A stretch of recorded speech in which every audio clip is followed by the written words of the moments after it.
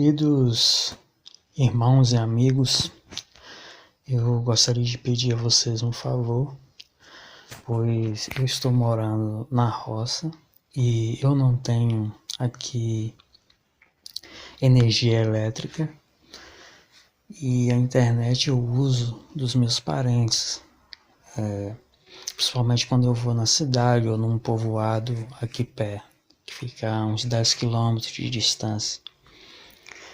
Mas o sinal de internet aqui é fraco, então para eu poder publicar vídeos para vocês todos os dias, seria necessário que eu tenha, energia elétrica e internet.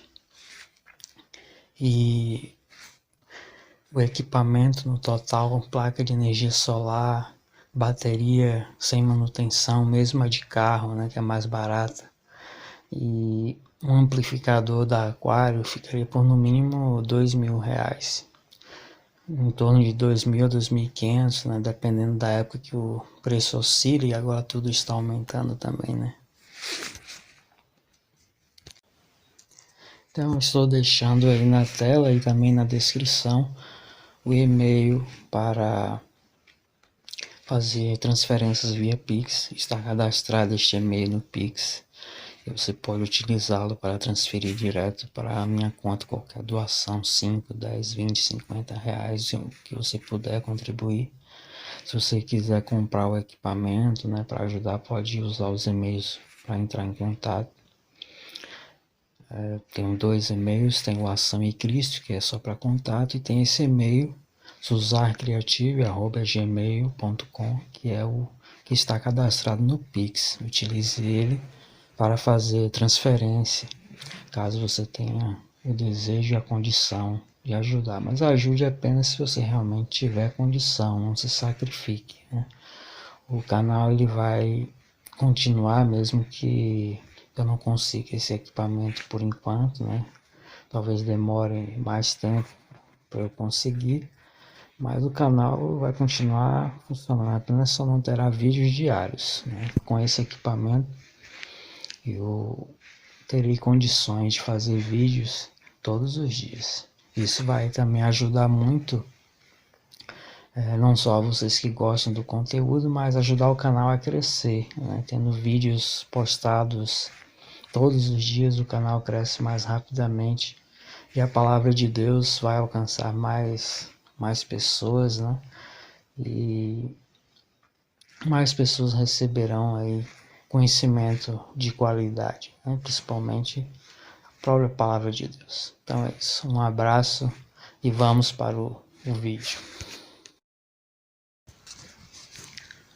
Bem, hoje vamos falar sobre um assunto um pouco polêmico, porque existem pessoas que dizem que o Deus do Antigo Testamento é um e o Deus do Novo é outro, E mesmo os que não dizem isso, tem um conceito de que o ensinamento, eu mesmo eu fui testemunho de Jeová por muitos anos, e no meu conceito os ensinamentos de Jesus não batiam muito com os do antigo. Eu imaginava realmente que havia ali pai e filho, mas que o pensamento do pai era um pouco diferente do filho, que o pai era um pouco mais rígido do que o filho. Eu tinha essa coisa, porque na verdade eu não conhecia o Antigo Testamento. Eu, embora estudasse a Bíblia, como todo testemunho de Jeová estuda, mas é um estudo que é superficial e que é derivado de conceitos de terceiros, Terceiros têm aquelas ideias e passam para a gente, e essas ideias da liderança, elas ficam acima do que está escrito na própria Bíblia. E hoje, já fazendo um estudo, por conta própria, sem influência de terceiros e ainda guiado pelo Espírito Santo, aí é outra história. E também fazendo um estudo cabal, das Escrituras, e não de trechos específicos, Porque é muito fácil você, ensinar certas doutrinas se apegando ali a alguns versículos, desconsiderando o contexto e o pós-texto. Então, um relato que desbanca completamente essa ideia de que o Deus do Antigo Testamento e o Deus do Novo é outro. E esse conceito de que o Deus do Antigo Testamento era um Deus mais severo ou um Deus mau, né? Muitos dizem que era um Deus mau, e o Deus do Novo é um Deus bom, né? Ou um Deus menos, ou o Deus do Antigo não era mal, do meu ponto de vista, por exemplo, ele não era mal, mas não era tão bom quanto o do Novo, né?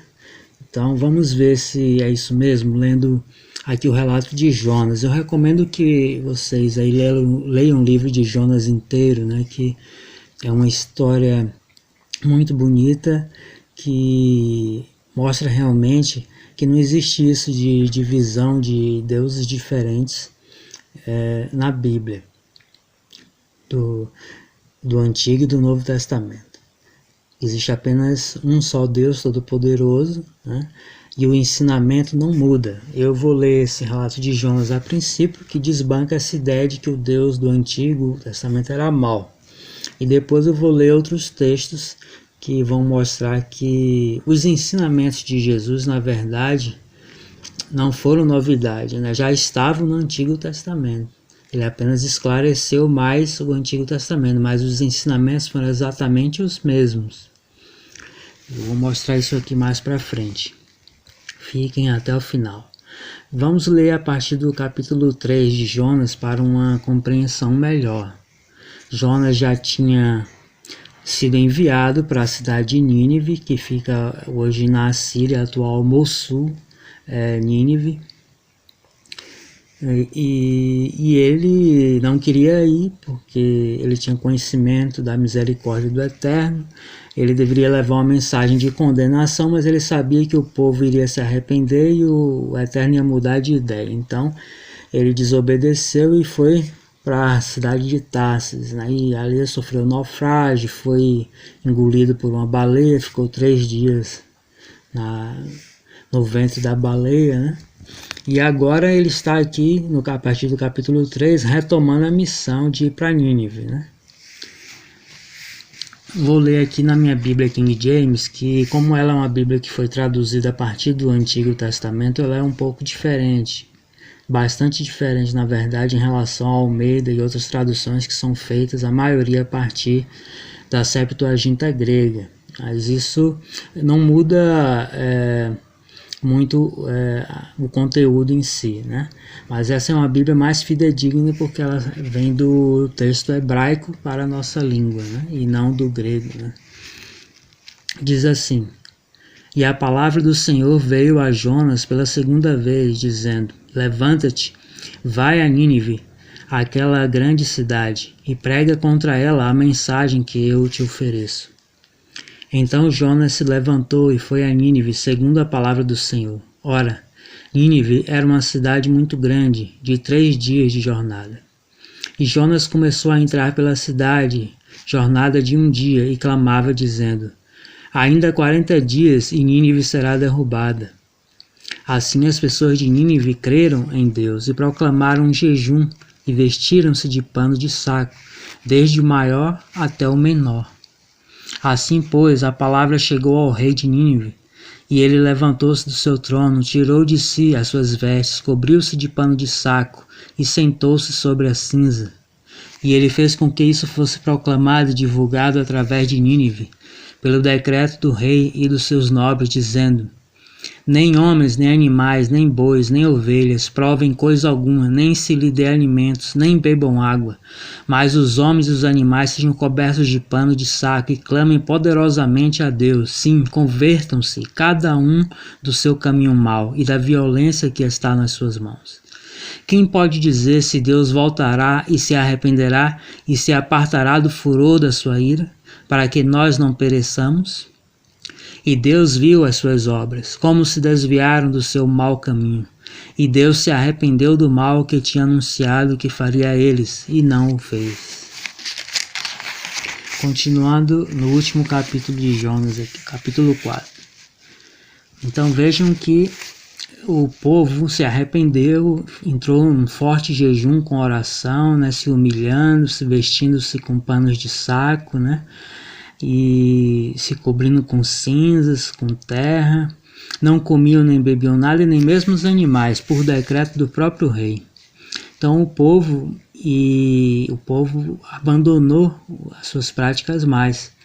Mas vejo a reação de Jonas ao arrependimento do povo e ao fato de Deus ter voltado atrás, né, e não ter condenado aquele povo. Mas isso desagradou muito a Jonas, e ele ficou enfurecido. E ele orou ao Senhor e disse: Peço-te, ó Senhor, não foi esta a minha fala quando ainda estava em minha terra?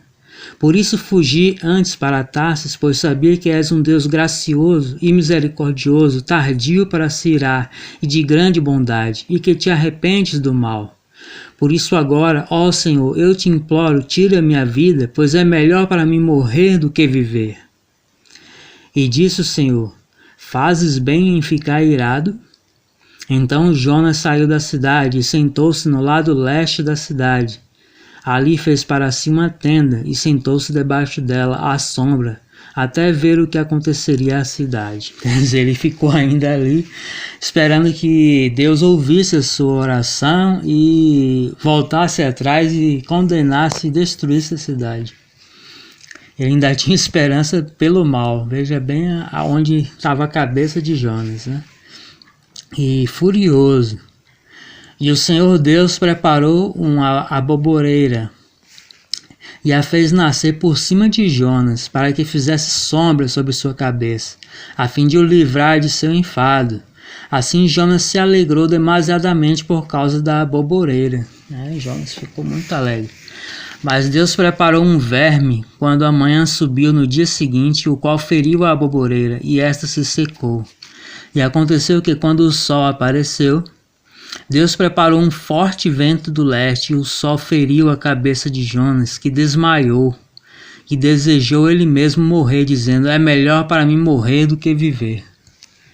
E Deus disse a Jonas: Fazes bem em ficar irado por causa da aboboreira? E ele disse: Faço bem em ficar irado até a morte. Veja a resposta que Jonas deu. Ele disse que estava certo. E disse o Senhor: Tu tiveste pena da aboboreira, na qual não trabalhaste, nem a fizeste crescer, que nasceu em uma noite, e em uma noite pereceu. E não deveria eu poupar Nínive, aquela grande cidade, onde estão mais de 120.000 pessoas, que não sabem discernir entre a sua mão direita e a sua mão esquerda, e também muitos animais? Então veja que, como lição, Deus fez crescer uma aboboreira, uma planta, sobre a cabeça de Jonas, e ele teve sombra no dia seguinte. No outro dia ele já não tinha mais a sombra, a aboboreira morreu, e o sol bateu forte sobre ele, ele desmaiou e ficou mais irado ainda, né? Ele já estava irado que a cidade não foi destruída, aquele povo todo não morreu, e ficou mais irado ainda que a aboboreira morreu e ele não tinha mais sombra. Mas veja, ele teve pena de uma planta que morreu porque a planta lhe fazia bem. Mas não tinha pena de mais de 120.000 pessoas. Eram 120.000 só homens, fora mulheres, crianças e os animais, né? E veja que Deus conta até mesmo os animais, né? Então a misericórdia, a bondade de Deus é tão grande que ela vai até mesmo sobre os animais. Então como que você pode dizer hoje, inclusive, que é um mundo ambientalista e que coloca até mesmo os animais até acima dos homens, no mesmo nível acima dos homens, como você pode dizer que um Deus que leva em conta até mesmo os animais é um Deus mau, né? Isso não faz nenhum sentido. Veja que Jonas era mau. Jonas, apesar de ser um servo de Deus, como todo ser humano, todos nós somos maus. Ele queria a destruição daquelas pessoas. Tanto que ele nem quis ir lá, porque ele sabia o resultado. Ele queria levar a condenação, ele não queria levar a salvação para as pessoas. Mas quando houve o arrependimento das pessoas e a mudança nos planos de Deus, né? Deus não quis mais destruir aquelas pessoas.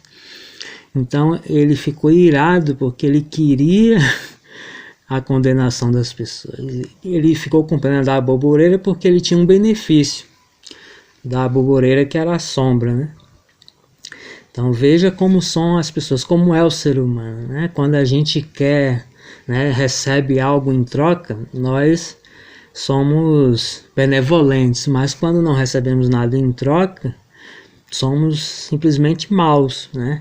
Já Deus, ele foi benevolente com todas aquelas pessoas e até mesmo com os animais. Então, isso aqui derruba completamente essa ideia de que o Deus do Antigo era um Deus do Antigo Testamento, era um outro Deus e era um Deus mau, né? Mas vamos ver os ensinamentos de Jesus, né? Jesus ensinou que a gente deve amar até mesmo os nossos inimigos, né? E o Deus do Antigo Testamento fez várias incursões ali pelo povo de Israel para que eles tomassem a terra de Canaã, que já era deles, que já havia sido prometida a eles.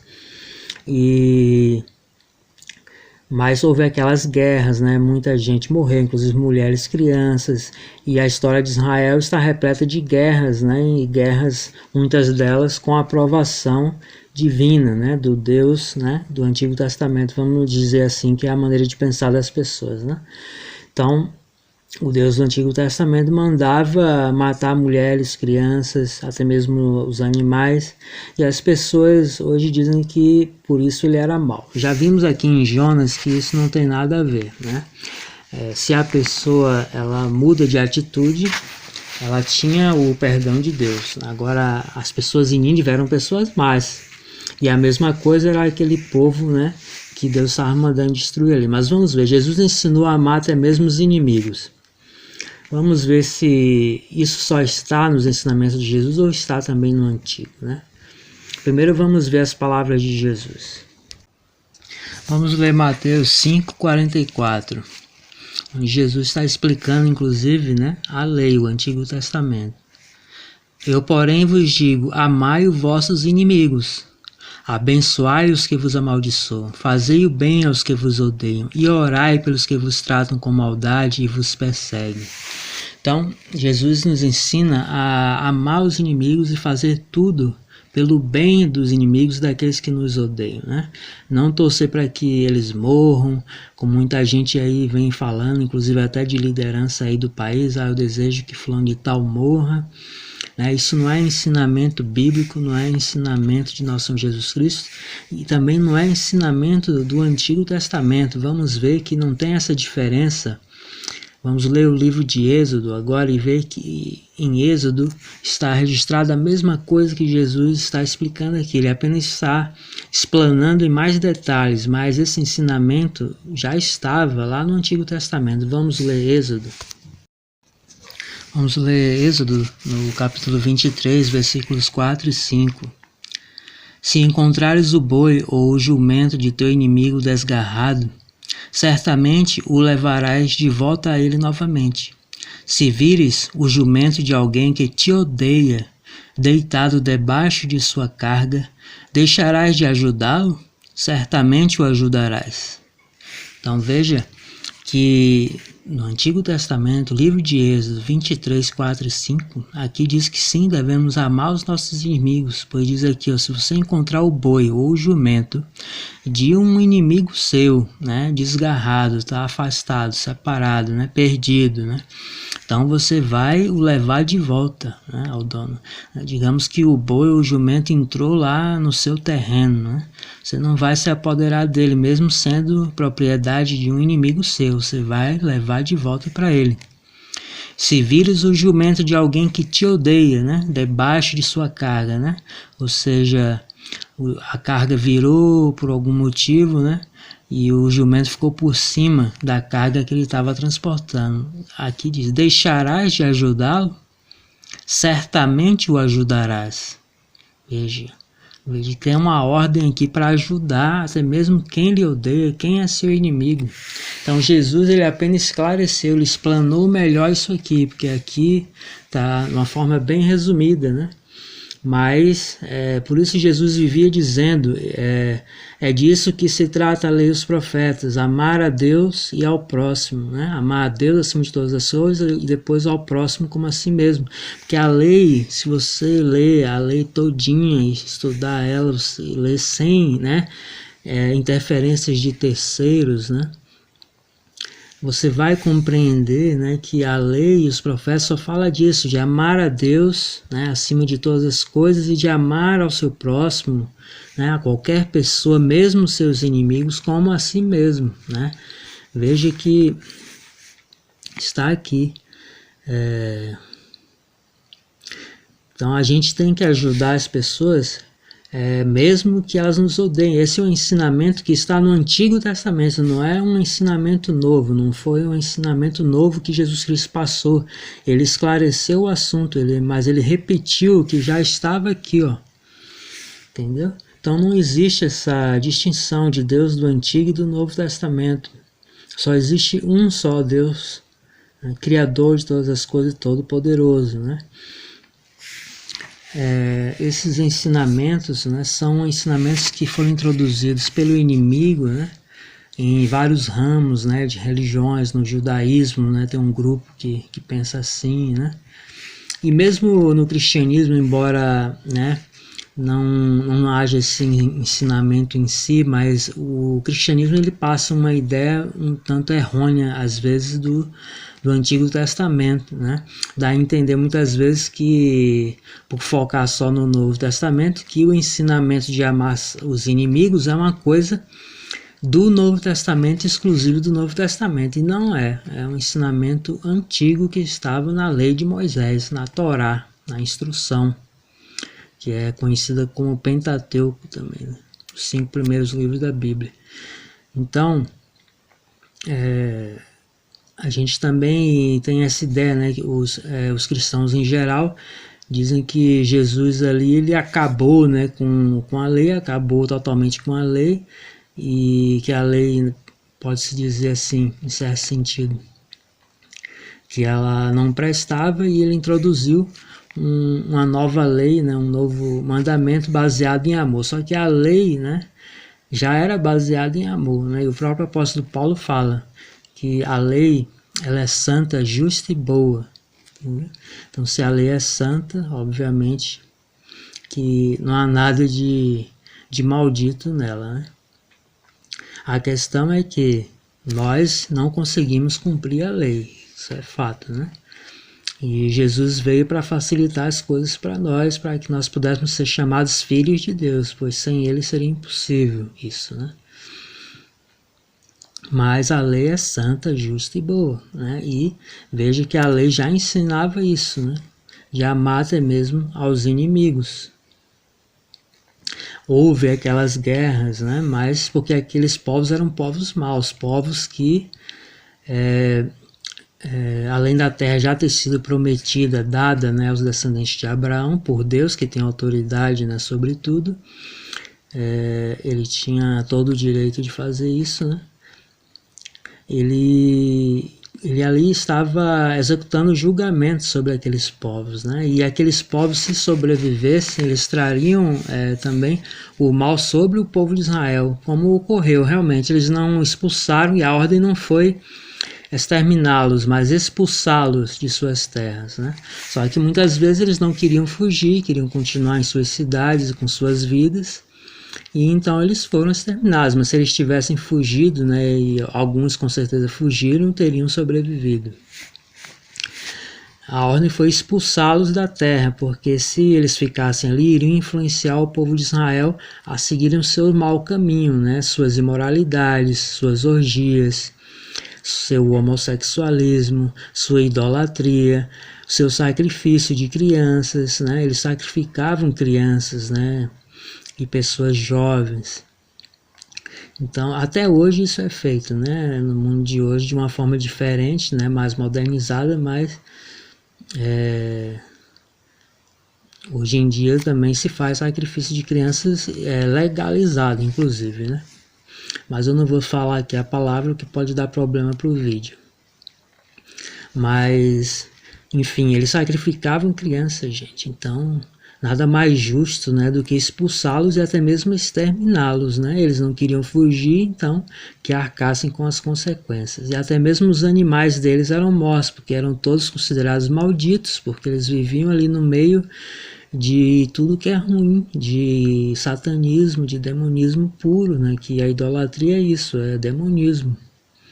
e chegavam ao ponto, né, de serem pessoas extremamente cruéis, né, que matavam criancinhas, bebês, né, em oferta aos seus demônios, gente. Então, não havia maldade ali no que Deus estava fazendo. Deus estava praticando o bem, sendo justo, executando justiça por toda a maldade que aquelas pessoas praticavam. E também, ao mesmo tempo, protegendo o seu povo, né, de se desviar. Mas como eles não cumpriram, né, a ordem de expulsar todos, e o Eterno sabia que eles não iriam cumprir, então foi o que ocorreu. Eles ficaram ali influenciando o povo, e o povo acabou se desviando para a idolatria também, para imoralidades e para a prática, inclusive, do sacrifício também de crianças, né?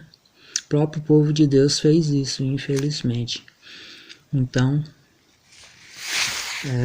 inclusive, né, vou fazer um adendo aqui, né, que o Deus que eles adoravam lá, o principal, é o mesmo que se adora hoje, inclusive, no Espiritismo, né? Não vou citar o nome porque, né, esses nomes, o Eterno não gosta que a gente pronuncie esses nomes. Eles não são dignos disso, né? Mas quem pratica o espiritismo serve ao mesmo demônio lá que eles chamavam de Deus, que os israelitas e aqueles povos lá antigos, como o povo de Canaã e a maioria ali daquela região, veneravam, né? E em outros países ele tem outro nome, né? Mas é o mesmo, né? E, enfim, são muitos demônios, né? E espíritos que são venerados, né, até os dias de hoje. Mas é isso, gente.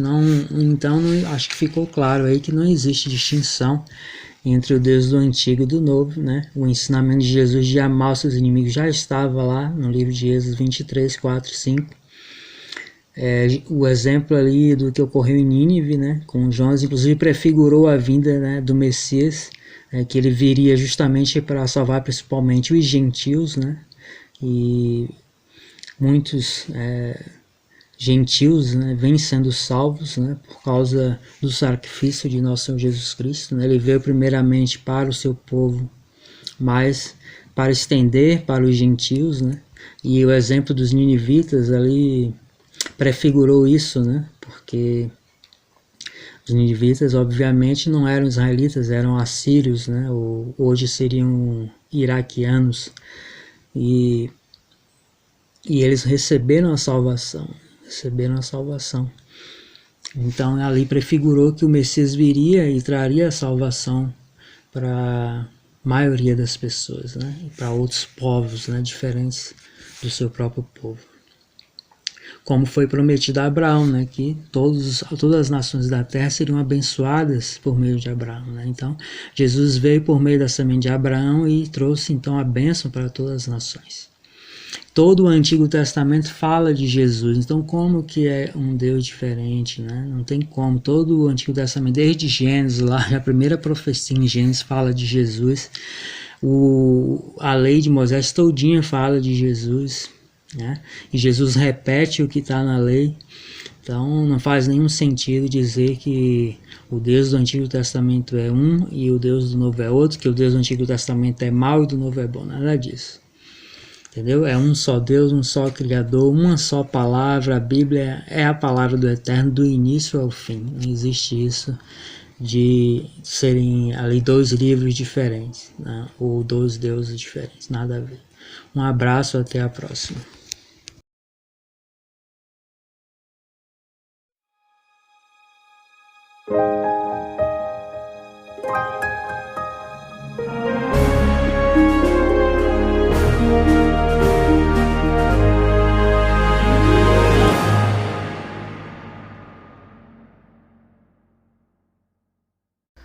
Se você gostou, compartilhe nas redes sociais, comente.